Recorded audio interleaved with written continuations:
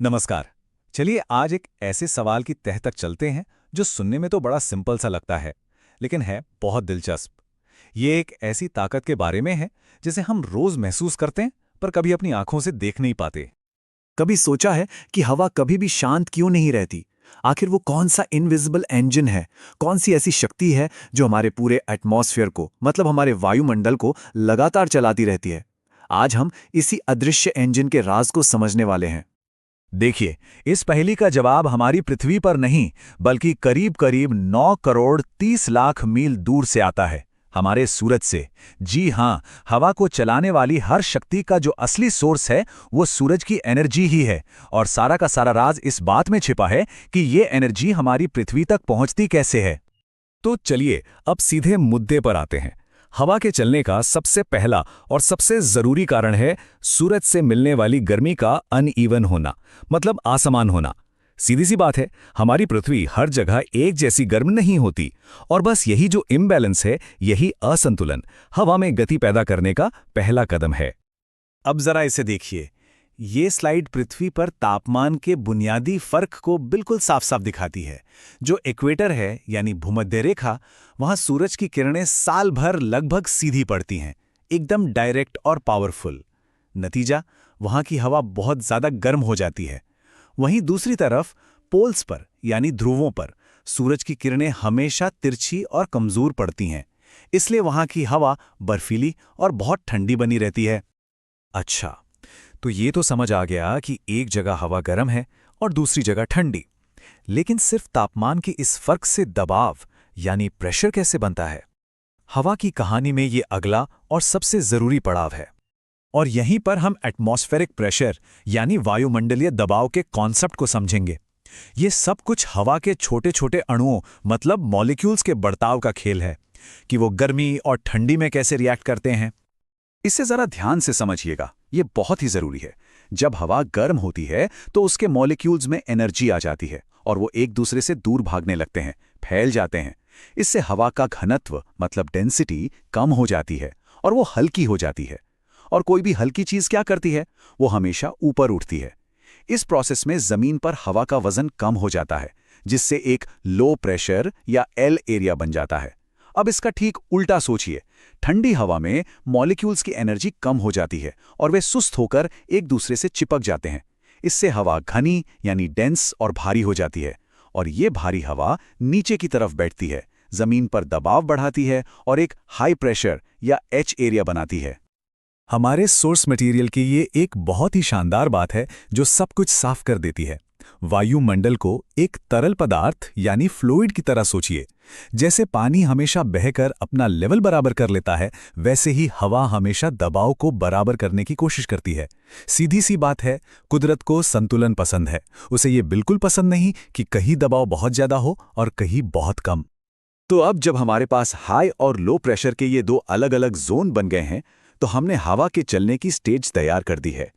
ये बिल्कुल वैसा ही है जैसे आप किसी ढलान पर पानी गिरा दें। अब कुदरत का एक यूनिवर्सल नियम काम करेगा।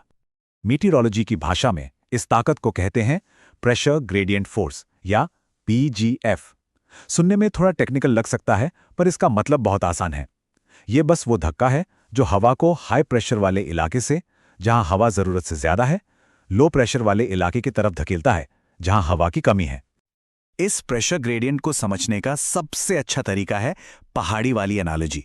सोचिए कि हाई प्रेशर एक पहाड़ी की चोटी है और लो प्रेशर नीचे की घाटी है। अब अगर पहाड़ी की ढलान बहुत तीखी होगी तो पानी भी तेजी से नीचे बहेगा, राइट? बिल्कुल इसी तरह प्रेशर में जितना ज्यादा अंतर होगा, हवा उतनी ही तेजी से बहेगी, जिसे हम तेज आंधी कहते हैं। और अगर ढलान हल्की सी है तो हवा भी धीरे धीरे बहेगी, जिसे हम हल्की हवा कहते हैं। सिंपल। हम इस प्रेशर को देख तो नहीं सकते, लेकिन मौसम वैज्ञानिक इस अदृश्य ताकत को मापते हैं और मौसम के नक्शों पर दिखाते हैं। चलिए देखते हैं कि इस अदृश्य हवा के नक्शे को पढ़ा कैसे जाता है। मौसम के इन नक्शों पर जो रेखाएं होती हैं, उन्हें आइसोबार्स कहते हैं। आइसोबार एक ऐसी काल्पनिक रेखा है जो उन सभी जगहों को जोड़ती है जहां एटमॉस्फेरिक प्रेशर एक बराबर है। असल में ये हमारी प्रेशर की पहाड़ी पर बनी कॉन्टूर लाइंस की तरह हैं, जो हमें बताती हैं कि ढलान कहाँ है और कितनी तीखी है। और ये स्लाइड शानदार तरीके से दिखाती है कि इसे पढ़ना कितना आसान है। देखिए, जब आइसोबार्स एक दूसरे के बहुत पास-पास हों, तो इसका मतलब है कि प्रेशर ग्रेडियंट बहुत तीखा है, यानी ढलान तेज है और हवाएं बहुत तेज चलेंगी। और जब ये रेखाएं दूर-दूर हों, तो इसका मतलब है कि ढलान हल्की है और हवा भी हल्की होगी। और सबसे जरूरी नियम क्या है?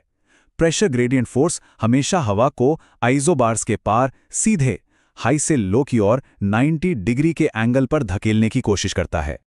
चलिए अब इन सभी कॉन्सेप्ट्स को एक साथ जोड़ते हैं और ग्लोबल एयर सर्कुलेशन यानी हवा के दुनिया भर में घूमने का एक सिंपल मॉडल समझते हैं। ये एक तरह का थॉट एक्सपेरिमेंट है। मान लीजिए एक ऐसी दुनिया है जिसमें पृथ्वी घूम नहीं रही है ताकि हम सिर्फ बुनियादी फिजिक्स को समझ सकें। ये स्लाइड पूरी कहानी को ग्लोबल स्केल पर समराइज करती है। इक्वेटर पर क्या होता है? गर्मी से हवा हल्की होकर ऊपर उठती है और जमीन पर एक परमानेंट लो प्रेशर एरिया बनाती है। और पोल्स पर ठंड से हवा भारी होकर नीचे बैठती है और जमीन पर एक परमानेंट हाई प्रेशर एरिया बनाती है। तो सबसे जरूरी बात यह है, अगर हमारी पृथ्वी घूम नहीं रही होती तो हवा सिर्फ एक ही काम करती, वो पोल्स के हाई प्रेशर से इक्वेटर के लो प्रेशर की तरफ सीधी रेखा में बहती, ताकि प्रेशर के इस फर्क को बराबर कर सके। यही हवा का सबसे पहला और सबसे सरल रूप है। लेकिन एक मिनट रुकिए, अगर यह सच है तो असल दुनिया में हवाएं सीधी क्यों नहीं चलती? वो तूफानों में गोल गोल क्यों घूमती हैं और पूरी दुनिया में मुड़ती क्यों रहती हैं? इस सवाल का जवाब हमारे ग्रह के घूमने में छिपा है, और वो एक और भी दिलचस्प कहानी है जिसे हम आगे समझेंगे। तो पिछले विश्लेषण में हमने प्रेशर ग्रेडियंट फोर्स की बात की थी, याद है? वो शक्ति जो हवा को हमेशा हाई प्रेशर से लो प्रेशर की ओर धकेलती है। लेकिन यहीं से एक बहुत ही दिलचस्प सवाल खड़ा होता है। अगर हवा को सीधे सीधे हाई प्रेशर से लो प्रेशर की तरफ धकेला जाता है, तो फिर हवा सीधी रेखा में क्यों नहीं बहती? आपने कभी सोचा है कि वो हमेशा एक घुमावदार रास्ते पर क्यों चलती है? इसका जवाब छिपा है हमारी पृथ्वी के घूमने में। जी हाँ, पृथ्वी के अपने अक्ष पर घूमने से एक फैंटम फोर्स, मतलब एक तरह की आभासी शक्ति पैदा होती है जो हवा के सीधे रास्ते को मोड़ देती है। और इसी आभासी शक्ति को हम कहते हैं कोरियोलिस फोर्स। अब इसकी टेक्स्ट बुक डेफिनेशन ये है कि ये एक अपैरेंट फोर्स है जो एक रोटेटिंग फ्रेम ऑफ रेफरेंस में चलती हुई चीजों पर असर डालता है। चलिए इसको थोड़ा और आसान भाषा में समझते हैं। अब यहाँ पे जो सबसे जरूरी बात है ना समझने वाली, वो ये है कि कोरियोलिस फोर्स कोई असली फिजिकल फोर्स नहीं है, जैसे कि ग्रेविटी। ये हमें सिर्फ इसलिए महसूस होती है या दिखाई देती है क्योंकि हम खुद एक घूमते हुए प्लेटफॉर्म यानी हमारी पृथ्वी पर खड़े होकर हवा को देख रहे हैं।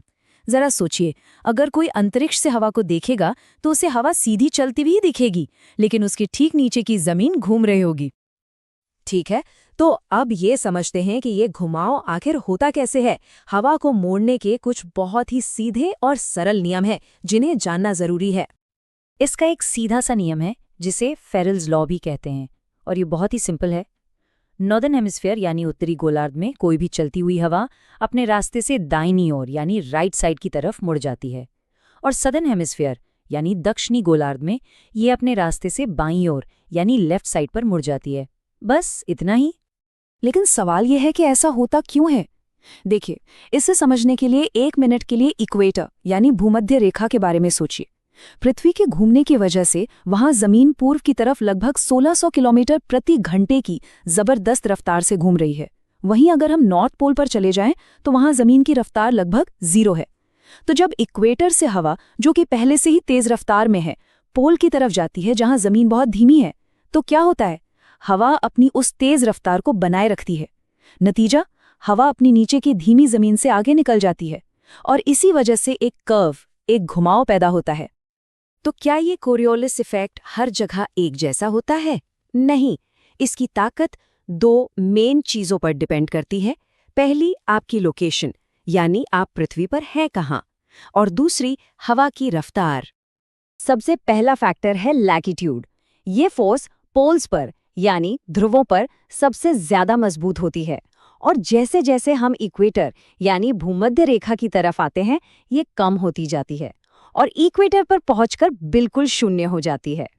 हाँ, आपने सही सुना, एकदम जीरो। इक्वेटर पर कोरियोलिस डिफ्लेक्शन होता ही नहीं है। हवा वहां सीधी चलने की कोशिश करती है। और इस एक छोटी सी बात का एक बहुत बहुत बड़ा असर होता है दुनिया पर।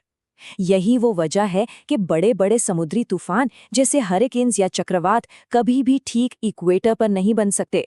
क्यों? क्योंकि उन्हें घूमने के लिए, स्पिन करने के लिए इसी कोरियोलिस फोर्स की जरूरत होती है, और वो वहां है ही नहीं। दूसरा फैक्टर तो और भी सीधा है, हवा की अपनी रफ्तार। सीधा सा हिसाब है, हवा जितनी तेज चलेगी कोरियोलिस फोर्स उतना ही मजबूत होगा, और डिफ्लेक्शन यानी घुमाव भी उतना ही ज्यादा होगा। धीमी हवा कम मुड़ती है, तेज हवा ज्यादा मुड़ती है।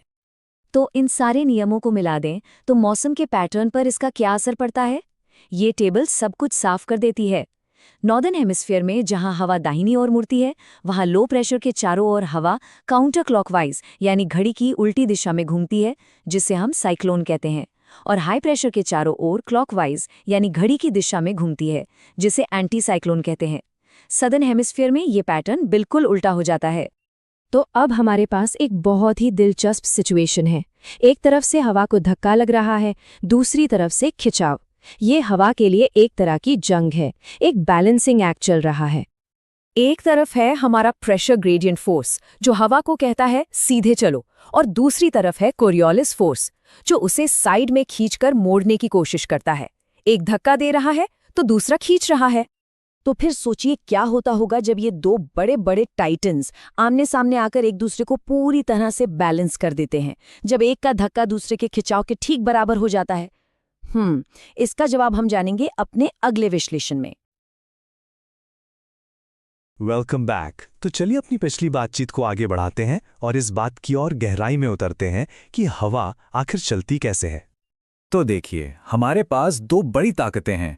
एक है प्रेशर ग्रेडियंट फोर्स जो हवा को एक तरफ धकेल रही है, और दूसरी है कोरियोलिस फोर्स जो उसे कहीं और मोड़ रही है। ये तो बिल्कुल एक रस्साकस्सी वाला खेल हो गया। तो सवाल ये उठता है कि इस खींचतान में आखिर जीतता कौन है? अच्छा, तो इस खींचतान को ठीक से समझने के लिए चलिए एक बार फिर से इन दो मुख्य किरदारों पर नजर डालते हैं। एक तरफ है प्रेशर ग्रेडियंट फोर्स जिसे हम पीजीएफ भी कहते हैं। इसको आप यूं समझिए कि जैसे कोई गेंद पहाड़ी से नीचे लुढ़कती है, हमेशा हाई प्रेशर से लो प्रेशर की तरफ। ये हवा की असल ड्राइविंग फोर्स है। और फिर है कोरियोलिस फोर्स। ये पृथ्वी के घूमने की वजह से पैदा होती है और चलती हुई हवा को नॉर्दर्न हेमिस्फीयर में हमेशा दाईं तरफ मोड़ देती है। अब जरा सोचिए एक ऐसी सिचुएशन के बारे में, जमीन से बहुत ऊपर, जहां ना कोई पहाड़ है ना कोई बिल्डिंग, बिल्कुल खाली जगह। यहां पर ये दोनों ताकतें एक कमाल का बैलेंस बना सकती हैं, जिसे एक परफेक्ट स्टेलमेट भी कह सकते हैं। तो होता यह है कि शुरुआत में पीजीएफ हवा को चलाना शुरू करती है। अब जैसे जैसे हवा की रफ्तार बढ़ती है, कोरियोलिस फोर्स भी मजबूत होने लगती है और हवा को दाईं तरफ खींचना शुरू कर देती है। और ये खिंचाव तब तक बढ़ता जाता है जब तक वो पीजीएफ के धक्के के ठीक बराबर और उल्टा ना हो जाए। और बस वहीं पर बन जाती है एक परफेक्ट स्टेलमेट की सिचुएशन। और जब ये परफेक्ट बैलेंस बन जाता है ना, तो उस हवा को हम एक खास नाम देते हैं, जियोस्ट्रॉफिक विंड। ये वो हवा है जो तब बहती है जब ये दोनों ताकतें एक दूसरे को पूरी तरह से बैलेंस कर देती हैं। तो इसका नतीजा क्या होता है, ये समझना बहुत जरूरी है।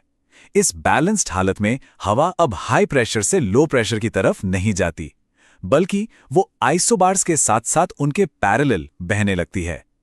आइसोबार्स मतलब मौसम के नक्शों पर वो लाइनें जो एक जैसे प्रेशर वाले पॉइंट्स को जोड़ती हैं। तो आप इसे ऐसे इमेजिन कर सकते हैं जैसे कोई नदी अपने किनारों को तोड़े बिना उनके बीच में सीधी बह रही हो। लेकिन रुकिए, ये परफेक्ट बैलेंस वाली कहानी तो सिर्फ ऊपरी वायुमंडल की है। जैसे ही हम जमीन के पास आते हैं, कहानी में एक नया ट्विस्ट आता है, एक असली गेम चेंजर। और ये ट्विस्ट लेकर आता है तीसरा खिलाड़ी, फ्रिक्शन यानी घर्षण। और इसके आते ही वो सारा नाजुक बैलेंस बिगड़ जाता है और मौसम में असलियत की परत जुड़ जाती है। इसे ऐसे सोचिए, जमीन पर जो पहाड़ हैं, पेड़ हैं, बड़ी बड़ी बिल्डिंग्स हैं, ये सब हवा के लिए स्पीड ब्रेकर का काम करते हैं। वो हवा की रफ्तार को धीमा कर देते हैं। और याद है हमने क्या कहा था, कोरियोलिस फोर्स हवा की स्पीड पर डिपेंड करती है। तो हवा धीमी हुई मतलब कोरियोलिस फोर्स भी कमजोर पड़ गई। अब क्या हुआ, पीजीएफ ज्यादा ताकतवर हो गई और वो जो बैलेंस था वो टूट गया। तो अब फर्क साफ है ना? ऊपर वायुमंडल में पीजीएफ और कोरियोलिस के बीच एक खूबसूरत बैलेंस है और हवा आइसोबार्स के पैरेलल बहती है। लेकिन जमीन के पास फ्रिक्शन आ जाता है, बैलेंस को बिगाड़ देता है और अब हवा आइसोबार्स को एक एंगल पर काटते हुए हाई से लो प्रेशर की तरफ जाने लगती है। और मजे की बात यह है कि फ्रिक्शन की वजह से बना यही इम्बैलेंस उन बड़े बड़े घूमते हुए मौसम सिस्टम्स को जन्म देता है जिन्हें हम साइक्लोन्स और एंटी साइक्लोन्स कहते हैं। तो चलिए इन दोनों को समझते हैं। साइक्लोन्स जो लो प्रेशर सेंटर होते हैं वो हवा को अंदर और ऊपर की तरफ खींचते हैं, काउंटर क्लॉकवाइज, यानी घड़ी की उल्टी दिशा में घूमते हुए। और यही वजह है कि इनसे बादल और बारिश होती है। दूसरी तरफ है एंटी साइक्लोन्स जो हाई प्रेशर सेंटर होते हैं। ये हवा को बाहर और नीचे की तरफ धकेलते हैं, क्लॉकवाइज यानी घड़ी की सीधी दिशा में घूमते हुए, और इनके कारण मौसम बिल्कुल साफ रहता है। तो आज हमने क्या क्या समझा उसे जल्दी से दोहरा लेते हैं। सबसे पहले हमने जियोस्ट्रॉफिक विंड के बारे में जाना, जो ऊपरी वायुमंडल में पीजीएफ और कोरियोलिस का परफेक्ट बैलेंस है। फिर हमने देखा कि कैसे जमीन के पास फ्रिक्शन इस खेल में आकर कोरियोलिस फोर्स को कमजोर करके इस बैलेंस को बिगाड़ देता है। और आखिर में हमने समझा कि इसी इम्बैलेंस की वजह से हवा लो प्रेशर सिस्टम्स में अंदर की तरफ और हाई प्रेशर सिस्टम से बाहर की तरफ घूमती है। तो ठीक है, हमने ये तो समझ लिया कि एक लोकल लेवल पर हवा कैसे काम करती है, लेकिन सोचिए क्या होगा जब हम इन्हीं रूल्स को पूरी की पूरी पृथ्वी पर लागू करेंगे।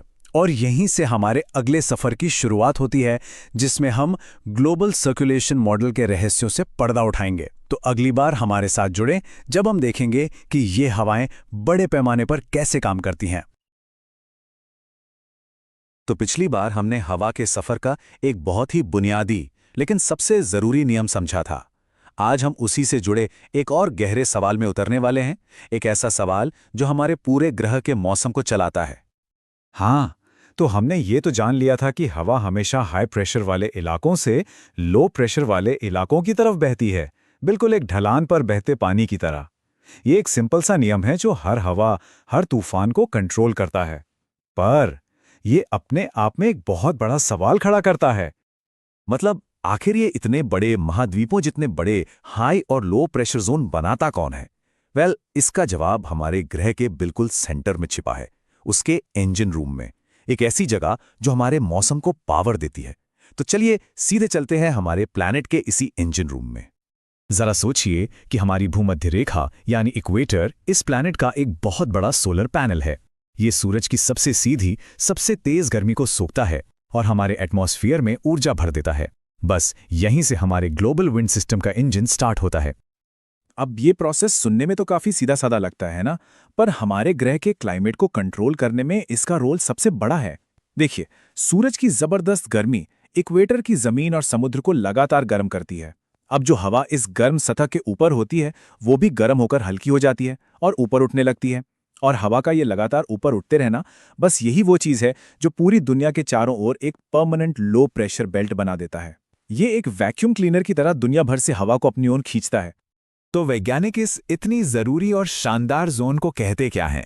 वेल, इसका एक खास नाम है और ये नाम इसके काम को पूरी तरह से समझाता है। ITCZ यानी इंटरट्रॉपिकल कन्वर्जेंस जोन। चलिए इस नाम को जरा तोड़कर समझते हैं। इंटरट्रॉपिकल मतलब ट्रॉपिक्स के बीच का इलाका, कन्वर्जेंस का मतलब है मिलना या इकट्ठा होना, और जोन मतलब एक खास एरिया। तो ये वो जगह है जहां दुनिया की हवाएं आकर मिलती हैं, वो मीटिंग पॉइंट जहां नॉर्दर्न और सदर्न हेमिस्फेयर की हवाएं एक दूसरे से टकराती हैं। और यहीं पर कन्वर्जेंस शब्द का असली मतलब साफ हो जाता है। जैसा कि हम जानते हैं, हवा हमेशा हाई से लो प्रेशर की तरफ भागती है। अब क्योंकि इक्वेटर पर लो प्रेशर है, तो नॉर्दर्न और सदर्न हेमिस्फीयर की हाई प्रेशर वाली हवाएं, जिन्हें हम ट्रेड विंड्स कहते हैं, वो इस खाली जगह को भरने के लिए दौड़ पड़ती हैं। और जिस पॉइंट पर ये विशाल हवाएं मिलती हैं, बस उसी को हम कन्वर्जेंस जोन कहते हैं। लेकिन एक मजेदार बात यह है कि ITCZ कोई फिक्स्ड लाइन नहीं है। ये एक तरह का मौसमी डांसर है जो हमेशा सूरज की सबसे तेज गर्मी का पीछा करता है। जब नॉर्दर्न हेमिस्फीयर में गर्मियां होती हैं तो सूरज की सीधी किरणें उत्तर की तरफ होती हैं और ITCZ भी उत्तर की ओर खिसक जाता है। और जब सर्दियां आती हैं तो ये वापस दक्षिण की ओर चला जाता है। दुनिया के कई हिस्सों में मॉनसून और बदलते मौसम की यही असली वजह है। अच्छा, तो अब किसी के भी मन में ये सवाल आएगा कि जहां दुनिया की दो सबसे बड़ी विंड सिस्टम्स टकराती हैं, वहां तो भयानक तूफान और बवंडर आते होंगे, सही? लेकिन असलियत इससे कहीं ज्यादा अजीब और हैरान करने वाली है। पुराने जमाने के नाविकों ने इस इलाके को एक डरावना नाम दिया था, द डोल्ड्रम्स। ये वो जगह थी जहां हवा बस मर जाती थी, जहां बड़े बड़े जहाज हफ्तों तक एक अजीब से सन्नाटे में फंसे रह सकते थे, ना आगे जा सकते थे ना पीछे। लॉजिक तो यही कहता है कि जहां दो तरफ से हवाएं आ रही हैं, वहां जबरदस्त हॉरिजॉन्टल यानी अगल बगल की हवा होनी चाहिए, है ना? एक तरह का टकराव दिखना चाहिए। पर यहीं पे कहानी में असली ट्विस्ट है। इस मीटिंग पॉइंट के एकदम सेंटर में हवा साइड बाय साइड नहीं चलती, वो गर्म होकर सीधा ऊपर की ओर उठती है। मतलब सारी की सारी हॉरिजॉन्टल एनर्जी वर्टिकल मोशन में बदल जाती है। जमीन पर कोई हवा महसूस ही नहीं होती, बस एक अदृश्य लिफ्ट है जो हवा को सीधा ऊपर खींच रही है। जरा उस दौर की कल्पना कीजिए जब जहाज पाल से चलते थे। आप बीच समंदर में फंसे हैं, ऊपर सूरज तप रहा है और आपके पाल भरने के लिए हवा का एक छोटा सा झोंका तक नहीं है। ये एक ऐसी शांति थी जो हफ्तों तक चल सकती थी और जानलेवा भी हो सकती थी। तो फिर अगला सवाल ये उठता है कि ये जो सारी हवा ऊपर जा रही है, वो आखिर जाती कहाँ है? आसमान में गायब तो नहीं हो सकती, राइट? असल में ये आसमान में बहने वाली एक विशाल न दिखने वाली नदी है और इसकी एक मंजिल है। और यहीं से शुरू होती है एक शानदार यात्रा जिसे हम हैडली सेल कहते हैं। ये गर्म और नम हवा इक्वेटर से ऊपर उठती है, एटमॉस्फेयर की छत, जिसे ट्रोपोपॉज कहते हैं, से टकराती है और फिर पोल्स की तरफ मुड़ जाती है। अब इतनी ऊंचाई पर ये ठंडी और भारी हो जाती है और आखिर में वापस धरती की ओर उतरना शुरू कर देती है, और इस तरह ये पूरे ग्रह के चारों ओर एक कभी न खत्म होने वाला लूप पूरा करती है। ये हमारे प्लैनेट का नेचुरल एयर कंडीशनिंग सिस्टम है। तो हमने हैडली सेल के ऊपर जाने वाले सफर को तो देख लिया। हमने देखा कि कैसे ये लो प्रेशर और डोल्ड्रम्स जैसे शांत इलाके बनाती है। लेकिन ये तो कहानी का सिर्फ एक हिस्सा है, आधा हिस्सा। हमने हवा को ऊपर जाते तो देख लिया, पर अब ये पता लगाना है कि ये नीचे कहाँ उतरती है। और उससे भी जरूरी सवाल, जब ये हवा नीचे उतरती है तब क्या होता है? असल में हवा का ये नीचे उतरना एक ऐसा जोन बनाता है जो डोल्ड्रम्स का एकदम उल्टा है। एक हाई प्रेशर वाला इलाका जहां दुनिया के बड़े बड़े रेगिस्तान बनते हैं और जहां से शक्तिशाली हवाएं पैदा होती हैं। और इसी रहस्य को हम अपने अगले विश्लेषण में खोलेंगे। तो चलिए वापस स्वागत है। हमारे पिछले विश्लेषण में हमने देखा था कि इक्वेटर यानी भूमध्य रेखा पर गर्म हवा कैसे ऊपर उठती है। लेकिन एक सीधा सा सवाल है, जो चीज ऊपर जाती है वो नीचे भी तो आती है। तो ये सारी उठती हुई हवा आखिर जाती कहाँ है? आइए इस हवा के साथ साथ चलते हैं इसके सफर के अगले पड़ाव पर और देखते हैं कि ये हमारे ग्रह के सिस्टम में कितनी जरूरी भूमिका निभाती है। तो इस सफर का पहला हिस्सा है एक जबरदस्त गिरावट, जिसे हम द ग्रेट डिसेंट कहते हैं। जैसे जैसे ये हवा पोल्स यानी ध्रुवों की तरफ बढ़ती है, ये ठंडी और भारी होने लगती है और बस यहीं से इसकी धरती की तरफ वापसी शुरू हो जाती है। और हाँ, ये हवा कोई धीरे धीरे नीचे नहीं उतरती, ये तो एक बहुत ही पावरफुल डिसेंट है जो हवा के कैरेक्टर को ही पूरी तरह से बदल देता है। चलिए इस 3 स्टेप प्रोसेस को जरा बारीकी से समझते हैं, क्योंकि यही हमारे प्लैनेटरी वेदर इंजन का एक बहुत ही इंपॉर्टेंट कंपोनेंट है। स्टेप 1, ठंडी भारी हवा 30 डिग्री नॉर्थ और साउथ लैटिट्यूड के आसपास जमीन की तरफ गिरने लगती है। स्टेप 2, जैसे ही ये नीचे आती है, ऊपर के एटमॉस्फेयर का सारा वजन इसे दबाता है, मतलब कंप्रेस करता है। और फाइनली स्टेप 3, इस कंप्रेशन की वजह से हवा बहुत ज्यादा गर्म हो जाती है। इस प्रोसेस को कहते हैं एडियाबैटिक वार्मिंग। इसे ऐसे समझिए, बिल्कुल वैसे ही जैसे साइकिल के पंप में तेजी से हवा भरने पर पंप गर्म हो जाता है। और इसी लगातार नीचे आती गर्म होती हवा से बनता है हाई एटमॉस्फेरिक प्रेशर का एक बहुत बड़ा बेल्ट, जिसे सब ट्रॉपिकल हाई के नाम से जाना जाता है। और ये पूरी दुनिया में फैला हुआ है। और यहाँ पे सबसे दिलचस्प बात सामने आती है, ये नीचे आती हुई गर्म हवा नमी को सोख लेती है। मतलब बादल बनाने के बजाय ये नमी को भाप बना देती है। और यही वो वजह है कि दुनिया के बड़े बड़े रेगिस्तान जैसे सहारा, कालाहारी, ऑस्ट्रेलियन आउटबैक्स, ये सभी इन्हीं लैटिट्यूड्स पर मौजूद हैं। अब चलिए इन हाई प्रेशर जोन्स के बिल्कुल बीचों बीच चलते हैं, एक ऐसी जगह जो अपनी शांति के लिए या कहें कि ठहराव के लिए जानी जाती है। इन हाई प्रेशर वाले इलाकों को हॉर्स लैटिट्यूड्स भी कहा जाता है। यहाँ की खासियत है एकदम शांत हवाएं और साफ आसमान। ये एक जोन ऑफ डाइवर्जेंस है, मतलब एक ऐसी जगह जहाँ नीचे उतरती हवा सतह से टकराकर बाहर की ओर फैल जाती है, और इसी वजह से यहाँ हवा लगभग ठहरी हुई महसूस होती है। अब इसका ये अजीब सा नाम हॉर्स लैटिट्यूड्स कहाँ से आया? इसके पीछे समंदर में सर्वाइवल की एक बहुत पुरानी कहानी है। कहा जाता है कि पुराने जमाने में जब स्पेन के जहाज इस इलाके से गुजरते थे तो हवा न होने की वजह से हफ्तों तक वहीं फंसे रह जाते थे, और जब पीने का पानी खत्म होने लगता तो जहाज का वजन हल्का करने और पानी बचाने के लिए उन्हें अपने घोड़ों को समंदर में फेंकना पड़ता था। तो जब ये हवा हॉर्स लैटिट्यूड्स पर जमीन से टकराती है तो ये दो हिस्सों में बंट जाती है। अब हम उस हिस्से के साथ चलेंगे जो वापस इक्वेटर की तरफ जाता है।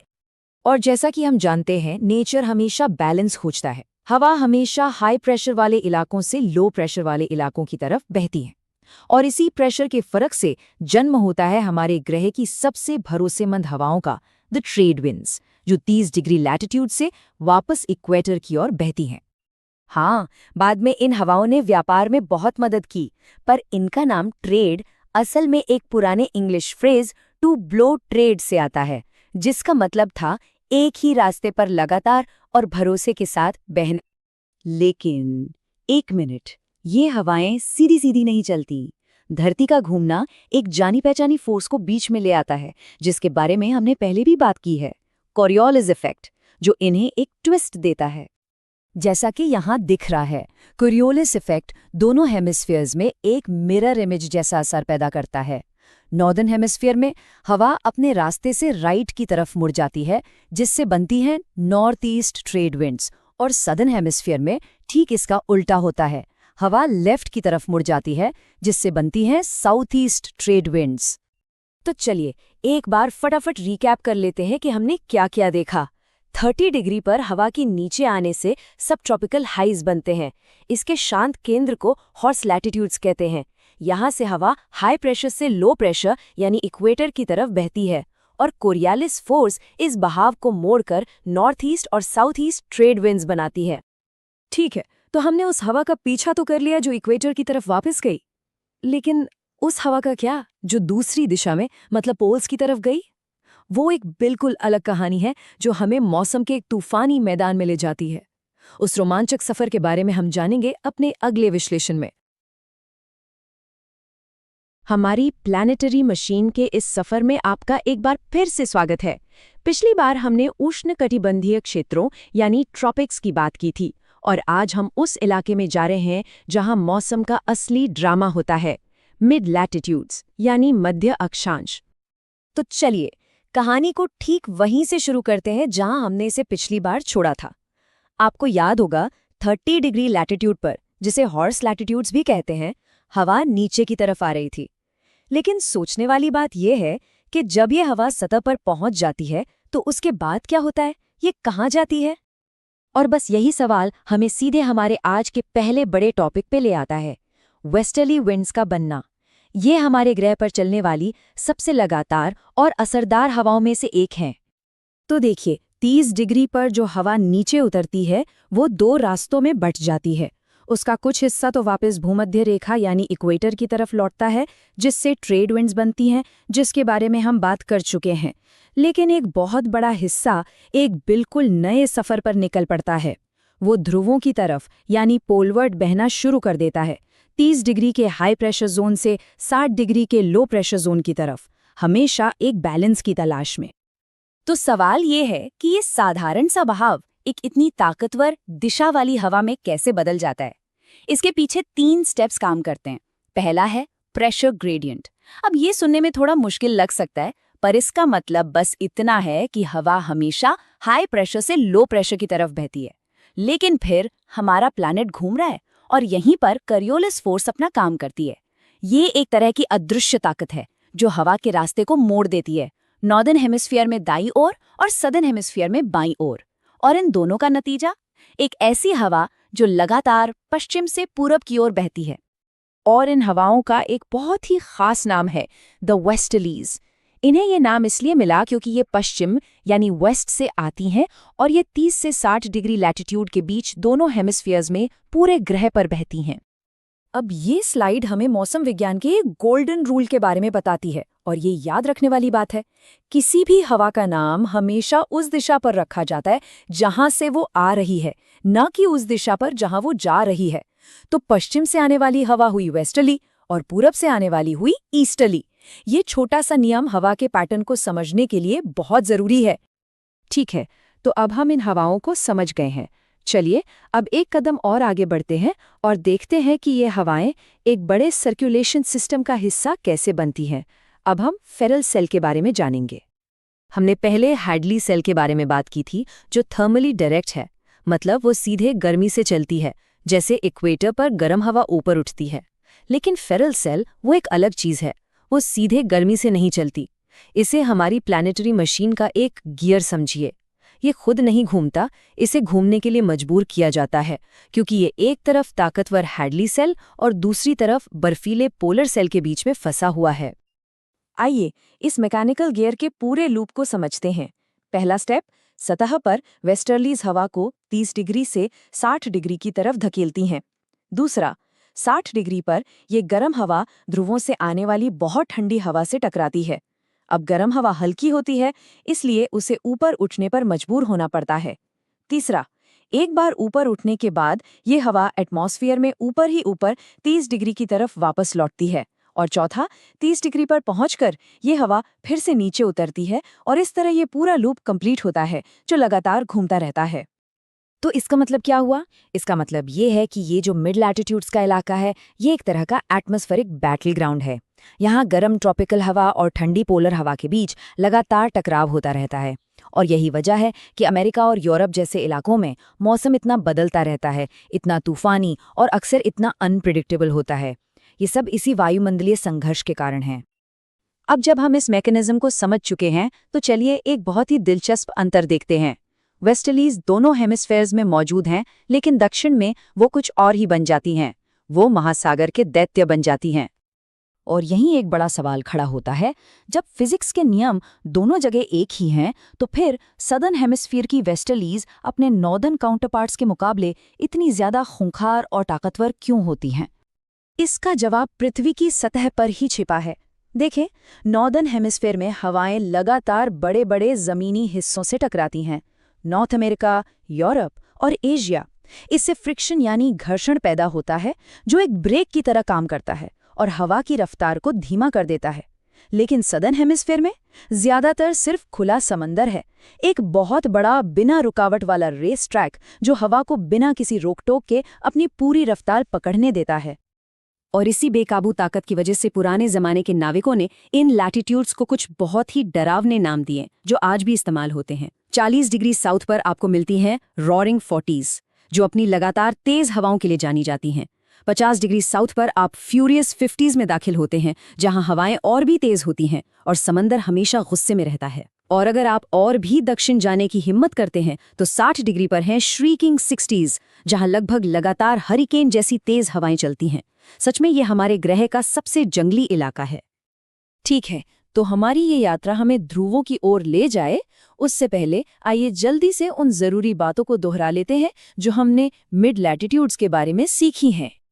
तो खास बातें ये हैं, वेस्टर्लीज 30 से 60 डिग्री के बीच पश्चिम से पूरब की ओर बहती हैं, जिन्हें कोरियोलिस फोर्स चलाती है।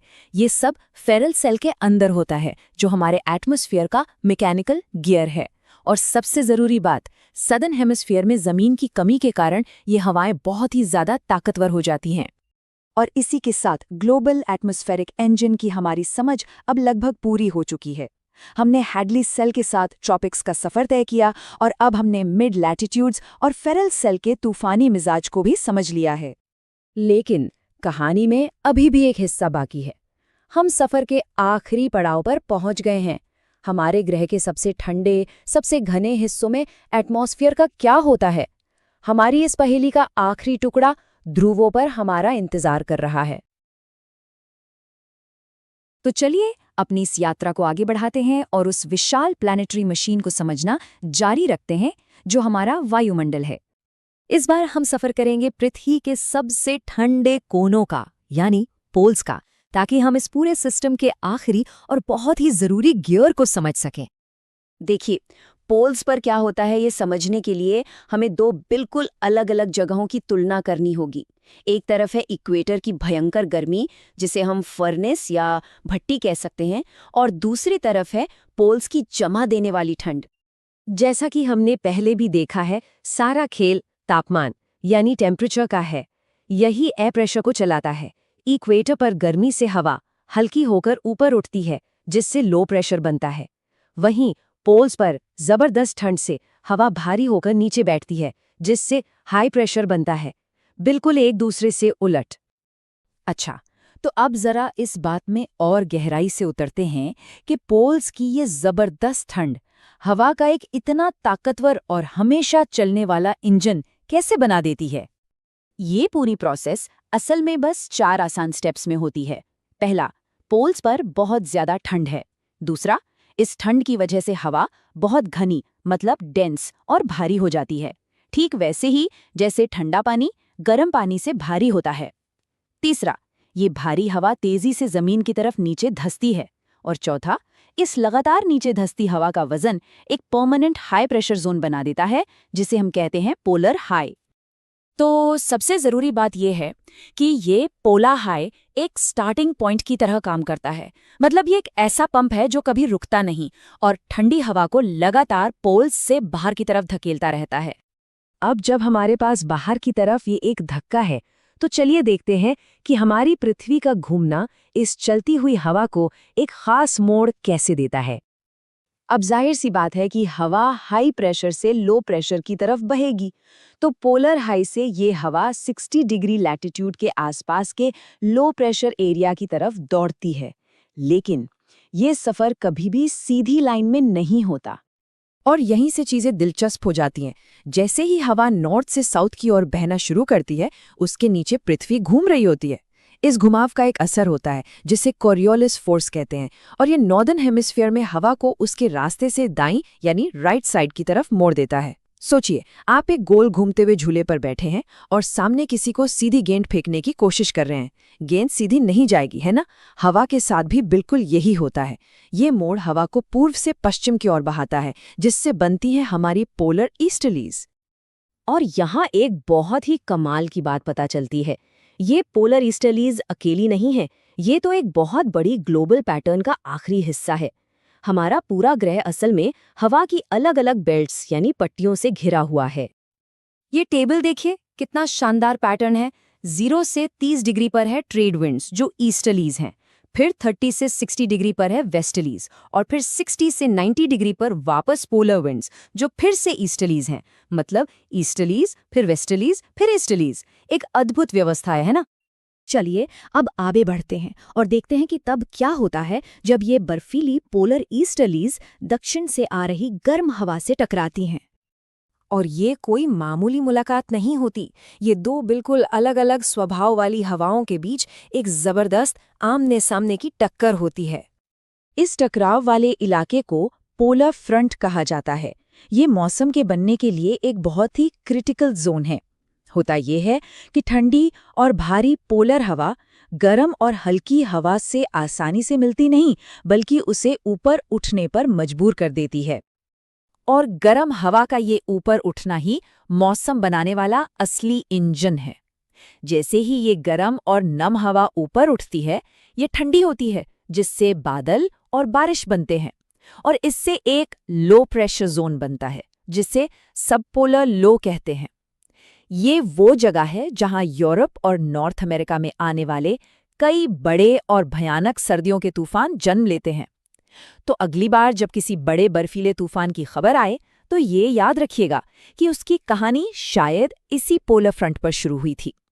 तो इस आखिरी हिस्से के साथ अब हम पूरी बड़ी तस्वीर को देख सकते हैं। जमीन की सतह पर हवा का ये पूरा सिस्टम एक साथ मिलकर कैसे काम करता है। ये 3 circulation cells, Hadley cell, Ferrel cell और पोलर सेल, एक बहुत बड़ी प्लैनेटरी मशीन के आपस में जुड़े हुए गियर्स की तरह हैं। ये सभी मिलकर लगातार हमारे ग्रह पर गर्मी और नमी को एक जगह से दूसरी जगह पहुंचाते रहते हैं। तो हमने जमीन की सतह पर बहने वाली हवा को तो पूरी तरह समझ लिया है, लेकिन हमारी कहानी अभी खत्म नहीं हुई है।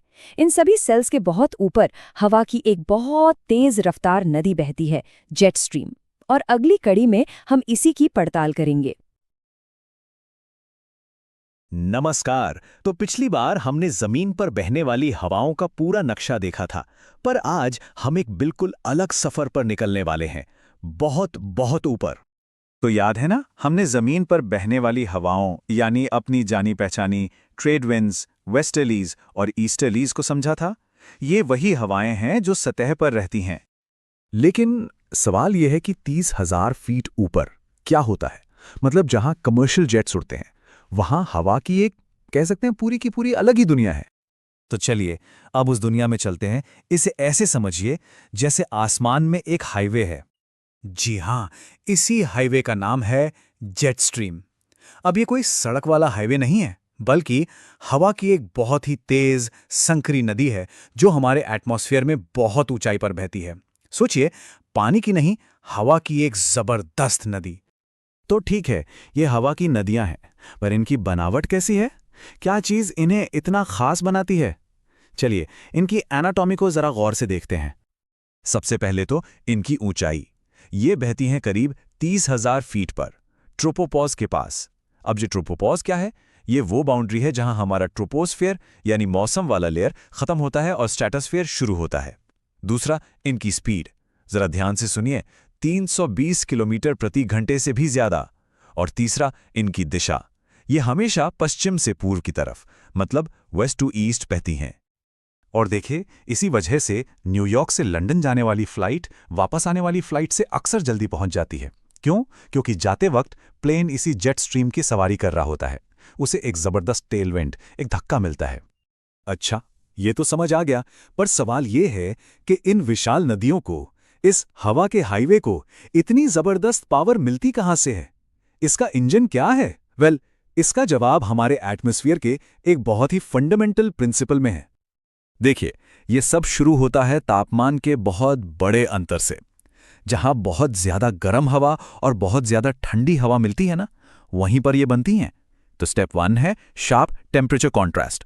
और जब तापमान में इतना फर्क होता है तो उससे प्रेशर में भी बहुत बड़ा फर्क आ जाता है। Step 2 creates sharp pressure contrast. और बस यही प्रेशर का अंतर हवा को धक्का देता है, और वो भी तूफानी रफ्तार से। और इसका सीधा सा नियम है, टेम्परेचर का कॉन्ट्रास्ट जितना ज्यादा होगा, स्ट्रीम उतनी ही तेज बहेगी। इसीलिए सर्दियों में जेट स्ट्रीम सबसे ज्यादा ताकतवर होती हैं। सोचिए ना, पोल्स पर कड़ाके की ठंड और इक्वेटर पर गर्मी, ये अंतर सर्दियों में अपने चरम पर होता है। तो अब हमें ये पता है कि जेट स्ट्रीम्स क्या हैं और उन्हें पावर कहां से मिलती है। अब वक्त है हमारे प्लैनेट की 2 सबसे मेन जेट स्ट्रीम से मिलने का। यहां पर इन दोनों के बीच का फर्क बहुत साफ साफ दिखता है। एक है सब ट्रॉपिकल जेट स्ट्रीम। ये करीब 30 डिग्री लैटिट्यूड पर मिलती है, जहां गर्म हैडली सेल और ठंडी फेरल सेल की बाउंड्री होती है। इसका मेन रोल है ट्रॉपिकल स्टॉर्म्स को रास्ता दिखाना। और दूसरी तरफ है हमारी पोलर जेट स्ट्रीम। ये मिलती है करीब 60 डिग्री लैटिट्यूड पर, जिसे पोलर फ्रंट भी कहते हैं। ये एक तरह का बैटल ग्राउंड है, जहां बर्फीली पोलर हवा और गर्म हवा आपस में टकराती हैं, और यही मिड लैटिट्यूड्स के मौसम को कंट्रोल करती है। असल में हमारे यहाँ जो मौसम बदलता है ना, उसके पीछे ज्यादातर इसी पोलर जेट स्ट्रीम का हाथ होता है। जब ये साउथ की तरफ झुक जाती है तो अपने साथ जमा देने वाली आर्कटिक हवा ले आती है। आपने पोलर वोर्टेक्स का नाम तो सुना ही होगा, ये उसी का हिस्सा है। और अगर ये नॉर्थ की तरफ खिसक जाए तो अचानक से बेमौसम गर्मी आ जाती है। अब एक बहुत जरूरी बात, ये हवा की नदियां सीधी सपाट नहीं बहती, नहीं, ये लहरों की तरह घूमती फिरती बलखाती हुई चलती हैं। और इनकी यही टेढ़ी मेढ़ी चाल, ये विगल्स ही हैं जो हमारे रोज के मौसम को बनाते बिगाड़ते हैं। वेदर साइंस में जेट स्ट्रीम के इन बड़े नॉर्थ साउथ मिएंडर्स या विगल्स को एक खास नाम दिया गया है, रॉसबी वेव्स। ये लहरें बस गर्म और ठंडी हवा की बाउंड्री को फॉलो करती हैं। और इन लहरों का मौसम पर असर कमाल का होता है। देखिए, जब ये लहर ऊपर की तरफ मतलब नॉर्थ की ओर उठती है तो उसे कहते हैं रिज। इसमें गर्म हवा ऊपर की ओर धकेली जाती है। नतीजा, हाई प्रेशर और साफ सुनहरा मौसम। लेकिन जब ये लहर नीचे साउथ की तरफ गोता लगाती है तो उसे कहते हैं ट्रफ। इसमें ठंडी हवा नीचे की तरफ फैल जाती है और बनता है लो प्रेशर, मतलब तूफानी मौसम। तो चलिए फटाफट से सब कुछ समेट लेते हैं। जेट स्ट्रीम्स क्या है? ऊंचाई पर बहने वाली हवा की तेज नदियां। क्यों बनती है? टेम्परेचर के अंतर की वजह से। कौन कौन सी हैं? दो मेन टाइप्स, सब ट्रॉपिकल और पोलर। और मौसम पर कैसे असर डालती हैं? रॉस्बी वेव्स नाम की लहरों के जरिए। तो हमने इन बड़ी ग्लोबल और परमानेंट हवाओं को तो समझ लिया, पर उन हवाओं का क्या जो इतनी प्रिडिक्टेबल नहीं है, जो हर दिन अपना मिजाज, अपनी दिशा बदल लेती हैं? हमारी अगली कड़ी में हम इसी पहेली को सुलझाएंगे। तो आज हम बात करने वाले हैं the daily breath of the coast, land and sea breezes, मतलब तट की रोजाना की सांसें, जमीनी और समुद्री हवाएं। आज हम इसी राज से पर्दा उठाएंगे कि आखिर तटीय इलाकों में हवा हर रोज बिल्कुल एक घड़ी की तरह अपनी दिशा कैसे बदल लेती है। देखिए, पिछली बार हमने बात की थी उन बड़ी बड़ी हवाओं की जो पूरी दुनिया का चक्कर लगाती हैं, है ना, जैसे कि ट्रेड विंड्स। पर आज हम अपना फोकस एकदम छोटा करने वाले हैं। हम उन हवाओं को देखेंगे जिनका मूड, जिनका मिजाज हर 12 घंटे में बदल जाता है। तो इस पूरे खेल को समझने के लिए हम इसे 5 आसान हिस्सों में बांटेंगे। सबसे पहले तट की इस रोजाना की लय को समझेंगे, फिर देखेंगे उस गर्मी की जंग को जो इसके पीछे है। इसके बाद दिन और रात में हवा का बर्ताव कैसा होता है, और आखिर में हम मिलेंगे उन हवाओं से जिनके अपने अपने नाम भी हैं। चलिए तो शुरू करते हैं पहले हिस्से से, द कोस्ट्स डेली रिदम। अच्छा, कभी सोचा है कि समुंदर के किनारे दिन में जो ठंडी ठंडी हवा समंदर से जमीन की तरफ आती है, रात होते ही वो पलट क्यों जाती है? वही हवा जमीन से समंदर की तरफ क्यों जाने लगती है? बस यही वो पहेली है जिसे आज हम सुलझाने वाले हैं। अब देखिए, इस रोज के बदलाव के पीछे का जो साइंस है, उसे समझने के लिए ना हमें फिजिक्स का एक बहुत ही बेसिक नियम समझना पड़ेगा। असल में ये नियम जमीन और समुद्र के बीच एक तरह की जंग को कंट्रोल करता है, और इस जंग का नाम है अ वॉर ऑफ हीट, यानी गर्मी का युद्ध। तो इस पूरी कहानी का जो हीरो है वो एक साइंटिफिक टर्म है, स्पेसिफिक हीट कैपेसिटी। अब ये सुनने में भारी लगता है, पर मतलब बड़ा सीधा है। इसका मतलब है कि किसी भी चीज का टेम्परेचर सिर्फ 1 डिग्री बढ़ाने के लिए उसे कितनी हीट, कितनी गर्मी देनी पड़ेगी। इसको ऐसे समझिए, धूप में रेत कितनी जल्दी गर्म हो जाती है और पानी धीरे धीरे। बस यही पूरा खेल स्पेसिफिक हीट कैपेसिटी का है। और दोस्तों, यही वो फंडामेंटल डिफरेंस है जो इन हवाओं को जन्म देता है। देखिए, जमीन जिसकी स्पेसिफिक हीट कैपेसिटी कम है, वो सूरज निकलते ही फटाफट गर्म हो जाती है और रात में उतनी ही तेजी से ठंडी भी। दूसरी तरफ है समंदर का पानी। इसकी स्पेसिफिक हीट कैपेसिटी बहुत ज्यादा है, तो ये गर्म भी धीरे धीरे होता है और अपनी गर्मी छोड़ता भी धीरे धीरे है। बस यही एक अकेला फर्क पूरे सिस्टम को चलाता है। तो चलिए अब दिन के समय के साइकिल को समझते हैं। जरा इमेजिन कीजिए, दोपहर के 2 बजे हैं, सूरज बिल्कुल सर पर है और कोई बीच पर गर्म रेत पर खड़ा है। क्या होता है तब? तो दिन के वक्त ये 4 सिंपल स्टेप्स होते हैं। स्टेप 1, सूरज जमीन को समंदर के मुकाबले कहीं ज्यादा तेजी से गर्म कर देता है। स्टेप 2, अब गर्म जमीन के ऊपर की जो हवा है वो भी गर्म होकर फैलती है और ऊपर उठ जाती है। इससे वहां बन जाता है एक लो प्रेशर जोन। स्टेप 3, ठीक उसी वक्त समंदर के ऊपर की हवा ठंडी और भारी है, तो वो नीचे बैठती है और वहां बन जाता है एक हाई प्रेशर जोन। और स्टेप 4, हवा का बस एक ही नियम है, वो हमेशा हाई प्रेशर से लो प्रेशर की तरफ दौड़ती है। और इसका नतीजा क्या होता है? नतीजा ये कि एक ठंडी नमी वाली हवा तेजी से समंदर से जमीन की तरफ बहने लगती है, और इसी को हम कहते हैं सी ब्रीज। यही वो ठंडी हवा है जो गर्मी की दोपहली में कोस्टल एरियाज में रहने वालों को राहत देती है। वैसे ये जो सी ब्रीजेज हैं, ये सबसे ज्यादा मजबूत होती हैं स्प्रिंग और समर के मौसम में। क्यों? क्योंकि इन्हीं मौसमों में जमीन और समंदर के टेम्परेचर का डिफरेंस सबसे ज्यादा होता है। चलिए अब कहानी को आगे बढ़ाते हैं। रात का वक्त है। सोचिए, रात के 2 बजे हैं और हम उसी बीच पर खड़े हैं। आसमान में चांद है और माहौल अब बिल्कुल बदल चुका है।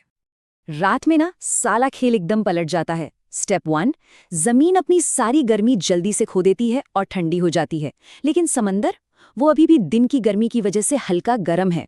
स्टेप 2, तो अब समंदर के ऊपर की गर्म हवा ऊपर उठती है और वहां बनता है लो प्रेशर, और जमीन के ऊपर की ठंडी हवा नीचे बैठती है, जिससे वहां बनता है हाई प्रेशर।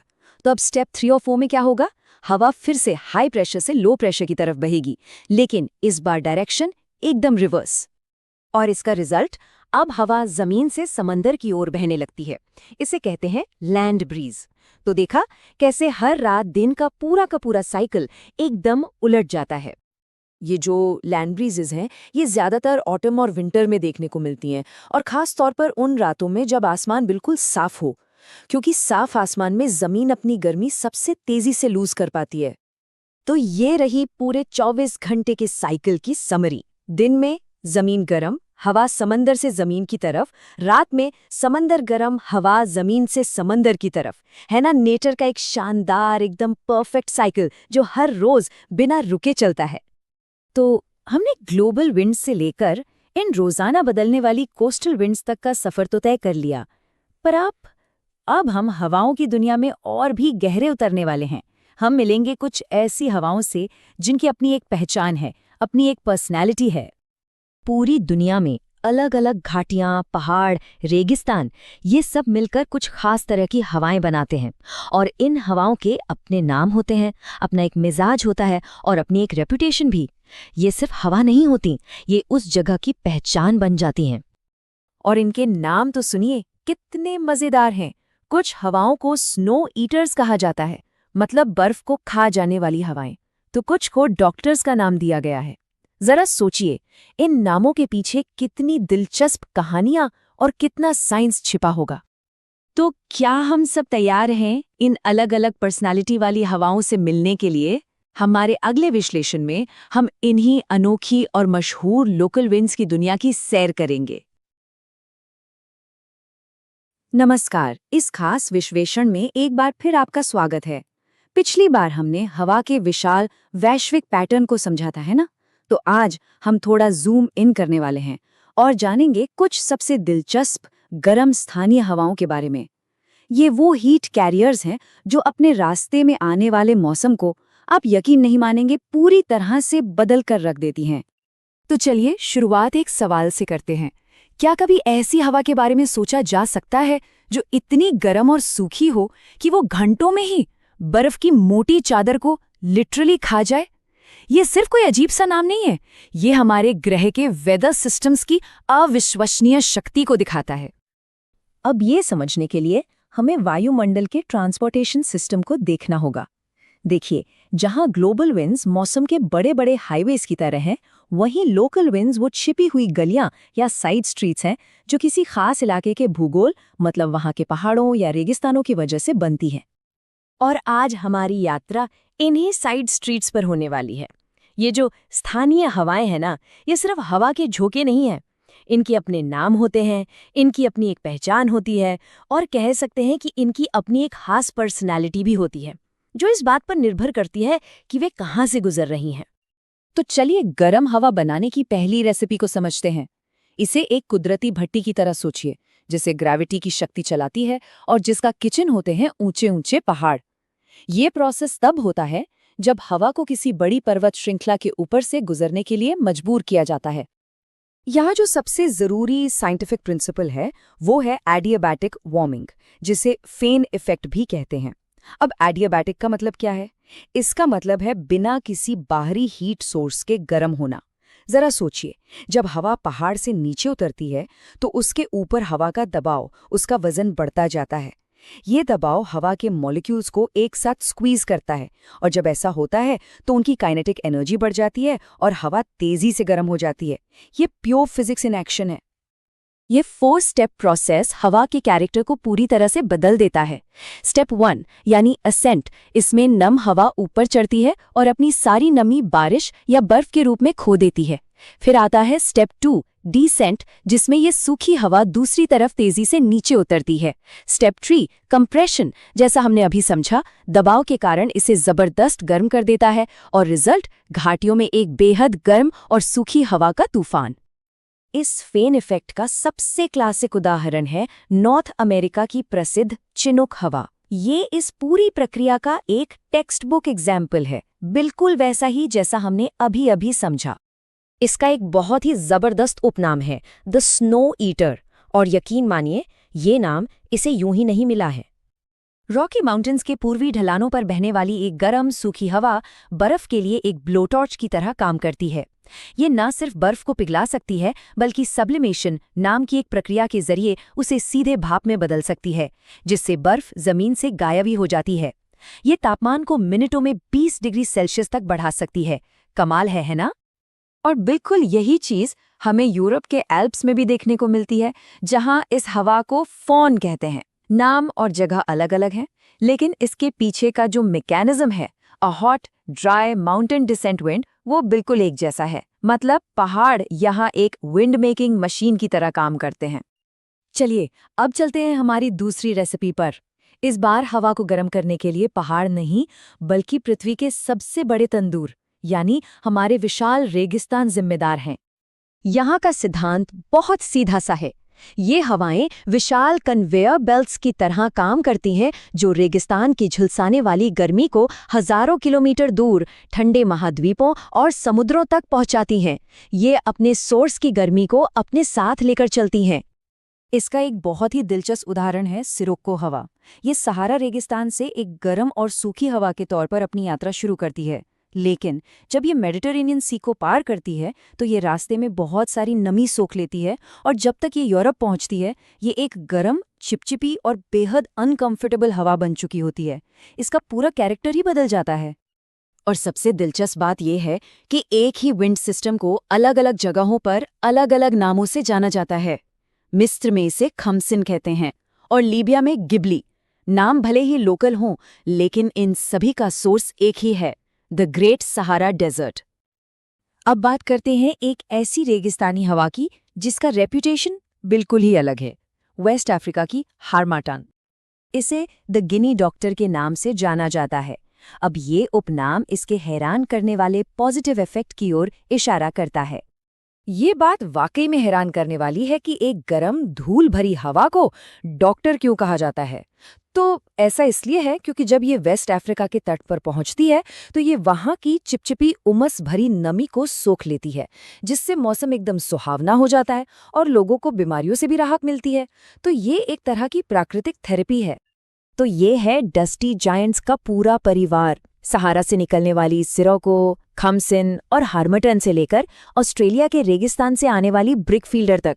ये सभी हवाएं अपने अपने इलाकों में रेगिस्तान की गर्मी पहुंचाने का काम करती हैं। सबका सोर्स एक, पर कैरेक्टर बिल्कुल अलग अलग।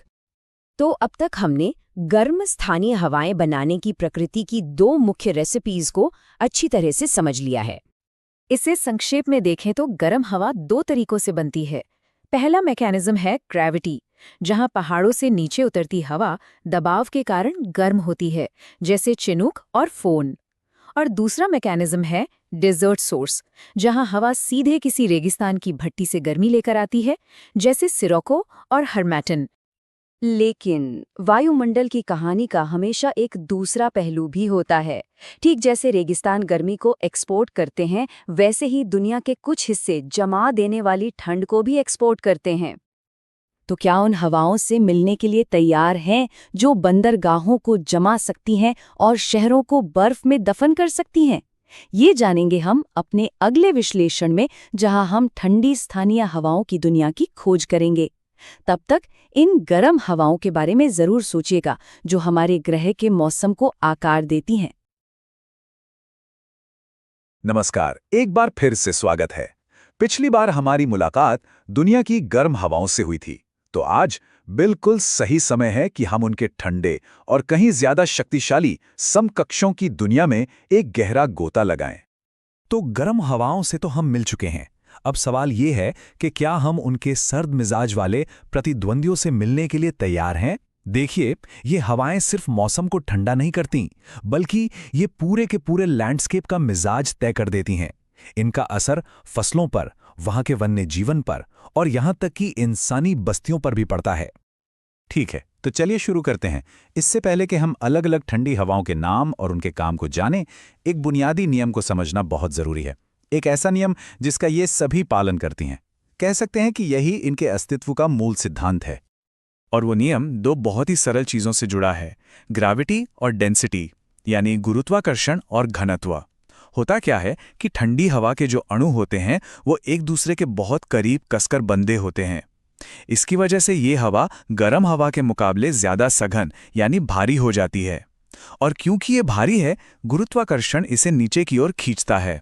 बस अब कल्पना कीजिए, किसी ऊंचे पठार या बर्फीले ध्रुवीय क्षेत्र में ये भारी ठंडी हवा जमा होती जा रही है और आखिरकार ये एक अदृश्य बर्फीले झरने की तरह ऊंची ठंडी जगहों से नीचे की गर्म जगहों की ओर बहना शुरू कर देती है। यही वो फिजिक्स है जो इन सभी हवाओं को चलाती है। तो आज हमारी यात्रा कैसी होने वाली है? सबसे पहले हम यूरोप की बर्फीली हवाओं का सामना करेंगे, फिर वहां से निकलकर हम उत्तरी ध्रुव की जमी हुई हवाओं की ओर बढ़ेंगे। उसके बाद हम अमेरिकी महाद्वीपों के अचानक ठंडक लाने वाले झोंकों को समझेंगे और अंत में हवाओं पर अपनी पूरी चर्चा को एक साथ समेटेंगे। चलिए यूरोप से शुरुआत करते हैं। यहाँ की जो भौगोलिक बनावट है ना, वो बहुत खास है। एक तरफ ऊंचे आल्प्स के पहाड़ और दूसरी तरफ गर्म भूमध्य सागर। ये संगम इन नाटकीय ठंडी हवाओं के लिए एक बिल्कुल परफेक्ट स्टेज तैयार करता है। यूरोप में हमें 3 मुख्य किरदार मिलते हैं। सबसे पहले है मिस्ट्रल। ये फ्रांस में आल्प्स से ठंडी हवा को रोन घाटी के रास्ते भूमध्य सागर की ओर धकेलती है। ये अक्सर बहुत तेज और तूफानी होती है। फिर आती है बोरा, जो इटली को प्रभावित करती है। ये पूर्वी यूरोप से शुष्क ठंडी हवा को एड्रियाटिक सागर की ओर ले जाती है और ये अपनी बर्फीली ठंड के लिए जानी जाती है। और आखिर में है लेवांटर, एक स्थानीय ठंडी हवा जो स्पेन के तट पर अपना असर दिखाती है और अपने साथ अक्सर बादल और नमी लेकर आती है। अच्छा, अब यूरोप की घाटियों से निकलकर हम दुनिया के सबसे ठंडे कोनों की ओर बढ़ते हैं। हम जा रहे हैं ऊंचे अक्षांशों पर, जहां हवाएं सिर्फ ठंडक नहीं लाती बल्कि सचमुच सब कुछ जमा देती हैं। इन हवाओं की पहचान सिर्फ तापमान से नहीं बल्कि बर्फ के तूफान जैसी खतरनाक स्थितियों से होती है। तो इन ध्रुवीय हवाओं को परिभाषित करने वाली 3 चीजें हैं: बहुत ही कम तापमान, बेहद तेज हवाएं और उड़ती हुई बर्फ जो विजिबिलिटी को यानी दृश्यता को लगभग शून्य कर देती है। ये एक ऐसा शक्तिशाली और खतरनाक कॉम्बिनेशन है जो यात्रा को लगभग नामुमकिन बना सकता है और जान के लिए भी खतरा पैदा कर सकता है। और सबसे दिलचस्प बात यह है कि ये एक ही घटना दुनिया के अलग अलग हिस्सों में अलग अलग नामों से जानी जाती है। टुंड्रा क्षेत्र में इसे ब्लेजर्ड कहते हैं। रूस में इसी को पुर्गा कहा जाता है, जो एक बहुत ही तीव्र साइबेरियाई बर्फीला तूफान है। और जब हम मध्य एशिया में जाते हैं तो वहां इसे बुरान के नाम से जाना जाता है। तो देखा जाए तो ये एक ही खतरनाक घटना के अलग अलग क्षेत्रीय नाम हैं। चलिए अब अपना ध्यान अमेरिकी महाद्वीपों की ओर मोड़ते हैं। यहाँ की ठंडी हवाओं की जो खासियत है वो है तापमान में अचानक एकदम नाटकीय गिरावट, और ये गिरावट उत्तर और दक्षिण दोनों ही दिशाओं से आती है। आइए देखते हैं कि यहाँ क्या होता है। दक्षिण से शुरू करते हैं। दक्षिण अमेरिका में हमें 2 प्रमुख हवाएं मिलती हैं। एक है पुनस, जो एंडीज पर्वतों के ऊंचे पठारों पर बहने वाली एक ठंडी और सूखी हवा है। दूसरी है पम्पेरो, जो अर्जेंटीना के मैदानों पर दक्षिण से आने वाली ठंडी ध्रुवीय हवा का एक तेज झोंका है जो अचानक से तापमान गिरा देती है। अब उत्तर की ओर चलते हैं। उत्तरी अमेरिका में है नॉर्ते। ये एक मजबूत उत्तरी हवा है जो मेक्सिको में तापमान को अचानक से नीचे ले आती है। और इसी के साथ हम हवाओं पर अपनी चर्चा के समापन पर पहुंच गए हैं। ये सिर्फ इस विश्लेषण का अंत नहीं है, बल्कि हवाओं पर जो हमारी पूरी श्रृंखला चली है, ये उसका एक तरह से भव्य समापन है। अगर आप हमारे साथ इस पूरी यात्रा पर रहे हैं तो बधाई, हवाओं का पूरा पाठ्यक्रम अब सफलतापूर्वक पूरा हो चुका है। अब इस अदृश्य शक्ति को समझने के लिए एक मजबूत आधार तैयार है। जरा सोचिए कि हमने क्या क्या कवर किया है। हमने प्रेशर और कोरियोलिस प्रभाव के पीछे की फिजिक्स को समझा। हमने हैडली, फेरल और पोलर सेल जैसे ग्लोबल सर्कुलेशन पैटर्न का नक्शा बनाया। हमने जेट स्ट्रीम और समुद्री हवाओं की गतिशीलता को समझा। और अंत में हमने चिनुक जैसी गर्म हवाओं से लेकर पुनास जैसी ठंडी हवाओं तक दुनिया भर के इन स्थानीय किरदारों से मुलाकात की। हवाएं हमारे ग्रह को आकार देने वाली बस एक शक्ति हैं, लेकिन ऐसी और भी बहुत सी शक्तियां हैं जो काम कर रही हैं। तो सवाल यह है, हमें अगली बार किस शक्ति के रहस्यों से पर्दा उठाना चाहिए? सोचने के लिए एक दिलचस्प सवाल है ये। खैर, मिलते हैं अगली बार।